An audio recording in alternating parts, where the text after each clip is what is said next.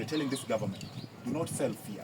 The people surrounding you in the presidency, actually, as a matter of fact, we should be worried around them. If they can come in front of the camera and say, mimi ungenipea hii kiti ya CS, hii maneno ya social media na hii vijana ingekuwa, that is to say we are very worried as the youth and the leadership of this country. And they even say that tushaiona one-term president, it has never been there. We would like to say to our leaders, there is a first time for it. Those are very insidious word. It is treacherous. I mean, what is this kind of leader trying to tell? Hii michezo ya kushika kuachilia, ukisikia tunaingia street unaachilia, unashika, follow due process. Ronnie was not a government critic. He is not a politically active citizen. His only crime is being a brother to Gideon Kibet, a cartoonist, who to date is still missing. This is not just an attack on Ronnie or Kibet or others, but also an attack on the sanctity of our places of worship and our right to gather in peace. Ronnie's case is not isolated. Many young people have been abducted under the government for daring to hold it accountable. These young Kenyans have been taken for questioning corruption, unemployment, and unfulfilled campaign promises. Their abductions violate their rights and very principle of democracy.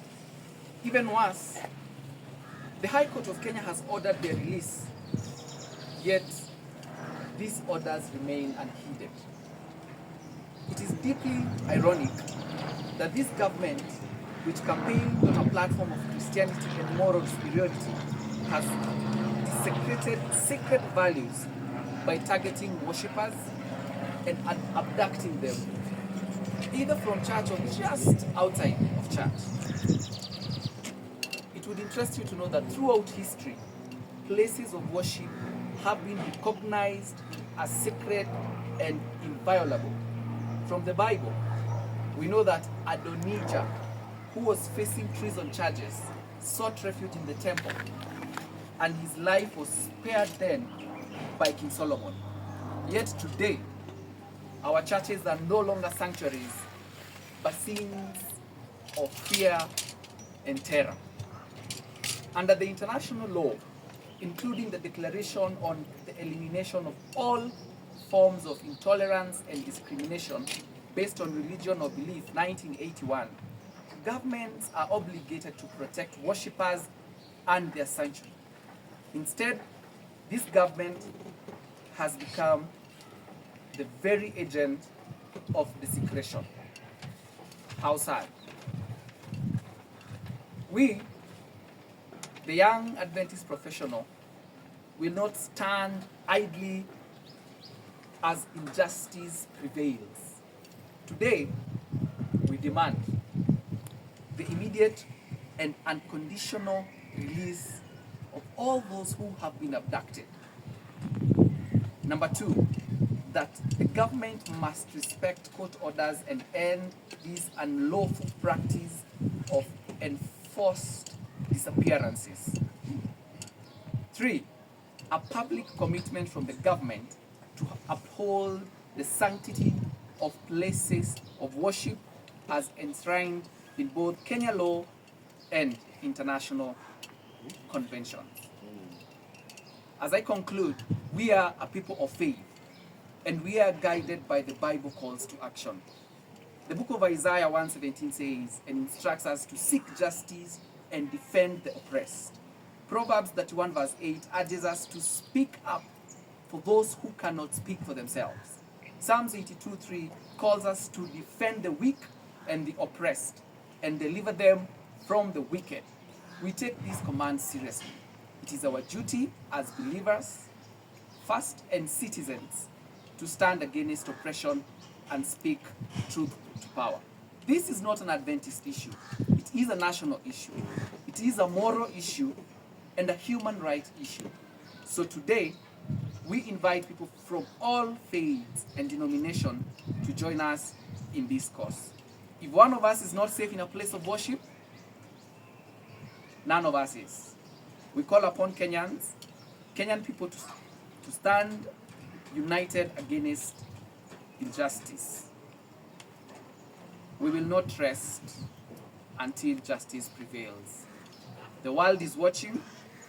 Most importantly, the Lord, our God, is watching. Thank you very much. It's very heartful that today we come to the house of worship, not to offer our prayers or even to give our thanksgiving, but we come to condemn actions that are being done to the youth of this country.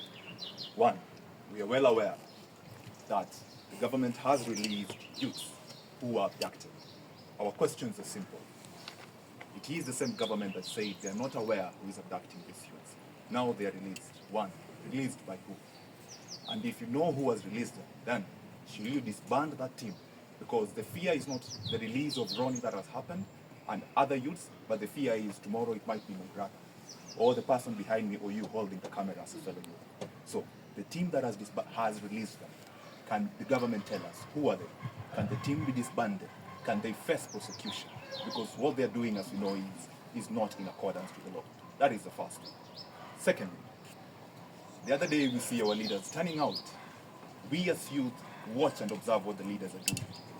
Confidently, a leader will come out and say, Mimi bana, if you had given me that CS seat as interior, hii maneno ya social media and the youth and cartoon will not have happened. Those are very insidious words. It is treacherous. I mean, what is this kind of leader trying to tell us? What hurts us most is we are well aware these leaders are not educated. Some of them have no these qualifications they're speaking. No wonder they have the guts to speak on the camera and say, if you had given me this opportunity, then these social media things and these young people will not be there. We are here. We have degrees lying in our rooms and our bedrooms. We have nothing to do with them. We are telling this government, do not sell fear. The people surrounding you in the presidency, actually, as a matter of fact, we should be worried around them. If they can come in front of the camera and say, mimi ungenipea hii kiti ya CS, hii maneno ya social media na hii vijana ingekuwa, that is to say we are very worried as the youth and the leadership of this country. And they even say that tushaiona one-term president, it has never been there. We would like to say to our leaders, there is a first time for everything. Do not be misguided and be misguided that there is no or shall never be. If this is the kind of actions that are going to be done, trust you me, for the first time the youths of this country, we are going to come together, take our IDs, take our voters registration, and trust you me, hatutapiga kura tu, tutachunga kura. For the first time we'll go live on our TikTok from every ward and every station when the elections are going to be announced.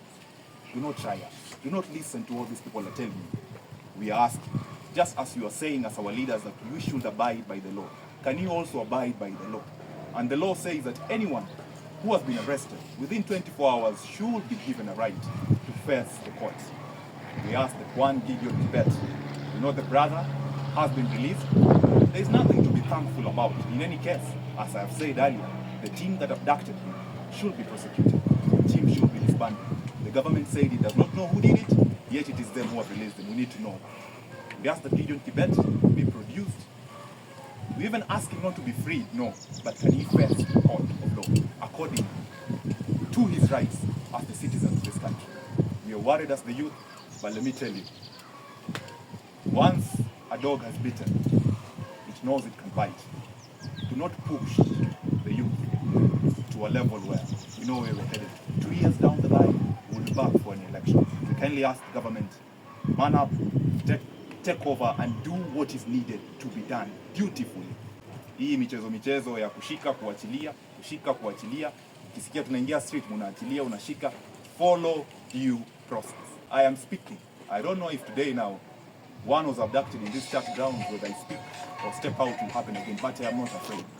Kuuza uoga kazi hatuna, even money. These youths hawana hata pesa ya kununua uoga.